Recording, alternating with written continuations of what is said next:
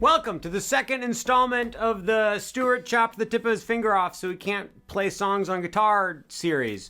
In this episode, I will be revealing to you my number one favorite, most effective practice tool. It's not what you think it is. I am afraid this is going to be boring. So I also, later in the episode, I'm going to reveal one of my deepest, darkest secrets. At some point in the video, people of the world, friends and relatives, what is this most effective practice tool? I'll give you a clue. It's a device. It's not helpful. You can download an app for it, for your phone and or tablet. Oh, I think I know what it is. One more clue. You have it running in the background while you are practicing. I think we all know what it is. Let's all say it at the same time on the count of three. 1, 2, 3. Metronome. Wrong. It's not a metronome. I rarely, if ever, use a metronome when I'm practicing. The device that I am referring to is an audio recording device. Here I have voice memos up and running on my tablet. Usually I use my phone, but I'm using my phone to record the video, so beggars can't be choosers. All I have is a laptop and a phone and a tablet and a Martin guitar. I'm really struggling over here. People of the world, friends and relatives, what do you mean a recording device is the most useful practice tool? Well, I'll tell you, I have 5 reasons why an audio recording device is the most valuable practice tool for you. Deep dark secret incoming. No, wait, deep dark secret coming later. Number 1 reason, you can record yourself and then listen back to it, and that gives you instant feedback on how you're sounding. I know what you're thinking. You're thinking, Uncle Stuart, I can play and just listen to myself in real time, instant feedback. Yeah, it's different though. It's different. Listen. I'm gonna record myself playing something. This is gonna do no good for anyone. 5, 6, 7, 8.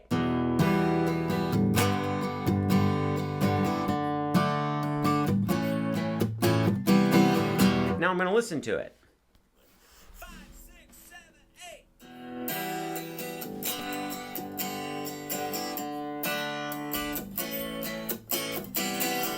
I'm going to listen. So I'm going to tell you right now, I noticed 2 things immediately. I noticed that when I switched to the second chord, it had too much twang to it. I need to kind of pull back a little bit when I'm strumming that second chord. I also noticed that when I got to the last chord, I felt like in real time I was doing this cool rhythmic thing. But then I listened to it, it kind of sounded like I didn't know what I was doing. I kind of lost the groove a little bit, and it just sounded choppy. But in the moment when I was playing it, it felt fine. So all truths are revealed with the audio recording device. Here's a tip. If you listen back to it and you go, I don't know what I'm supposed to be listening for. I played something, I'm listening back to it. I don't know. Here's what you do. Pretend you're showing it to like your friend or a record executive or your crush. Pretend you're showing it to someone you want to impress, and then any parts of the recording that embarrass you, those are the parts you want to practice.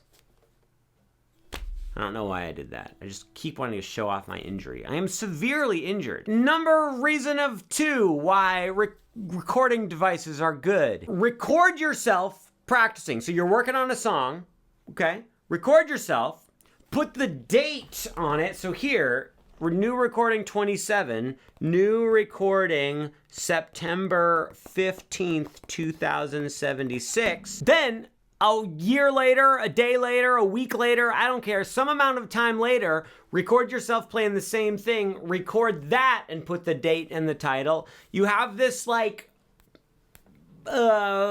historical document showing your improvement. Because, you have those days where you go, I'm not getting any better. This whole thing is a lost cause. I'm just going to go ahead and ride my bike into the parallax of time. Don't go into the parallax of time. Listen back to a recording you made 6 months ago. You made so much improvement. What if you got worse? Oh, this could backfire. This could backfire bad. If you record yourself playing the same song on different dates and then keep those recordings, you have a documentation of your improvement or your fall from grace, either way. Reason number 3, why to use recording devices while practicing. Record yourself and then try to play along with the recording. Basically, you're making a backing track for yourself. Let me demonstrate. All right, hang on just a second. How do I do this? Hey Siri, please help me. I don't know what I'm doing.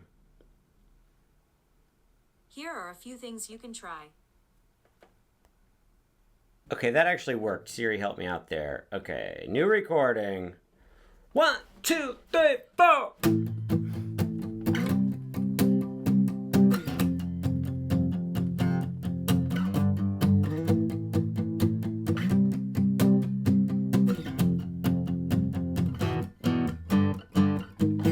Just recorded a little backing track for myself because I want to practice my soloing.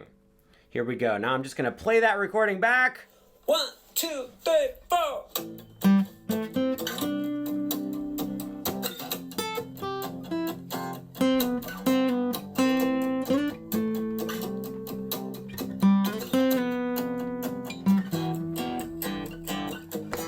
Just recorded a little backing track for myself because Remember, I'm handicapped. People of the world, friends and relatives, create your own backing tracks. Tip number 3. Tip number 4, remembering things that you are practicing. So this works in a couple ways. 1, there's just like a song you wrote or something and you want to remember how it sounds. You want to remember it. Record yourself playing it. You can listen back to it. Great, amazing. It's like a little musical diary. But also, let's say that you just learned a rhythm and you're afraid you're going to just forget the rhythm to that strumming pattern in a song. Record yourself playing that strumming pattern. Instant recall of that strumming pattern, that rhythm, that whatever. Just to help you remember things that you're working on. Final thing, reason number 5 that you should use a recording device when you practice yourself together today is performance prep. What do I mean by this? Well, as soon as you hit record on your device, you instantly go like, and then you're gonna mess up immediately. And you go stop recording, new recording, mess up. You are going to get kind of nervous. It's just you by yourself in your room. It's gonna drive you crazy because everything is gonna get exponentially harder as soon as you hit record. So that's kind of actually perfect though, because if you are preparing for some kind of performance, maybe it's a recording session, maybe it's a talent show, maybe it's an open mic, maybe it's a gig with your band, maybe you're on tour with Christina Aguilera.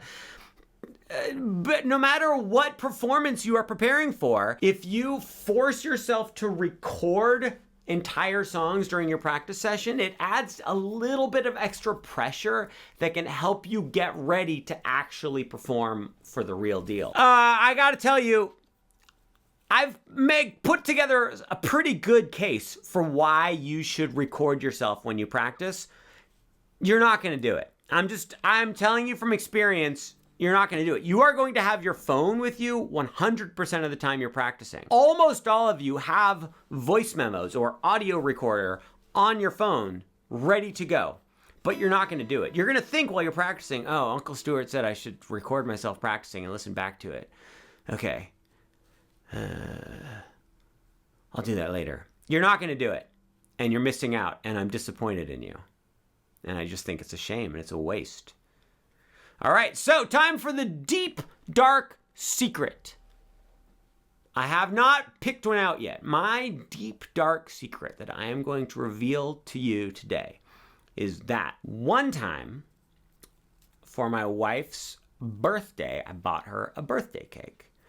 And it was supposed to be white frosting and chocolate cake. But then when I got into the car out of the grocery store, I was like, I think this might be white cake. And so I cut into it and looked, and it was white cake. I ordered the wrong thing. So then I couldn't bring it home because it was the wrong kind of cake. But I couldn't find it within myself to throw away an entire cake. And it feels weird, like giving a cake to a random person. So I sat in my car and I ate the entire cake in one sitting. And then that's not really the dark part, though. The dark part is, if I'm being honest, I don't think it was on accident. I think I did it on purpose.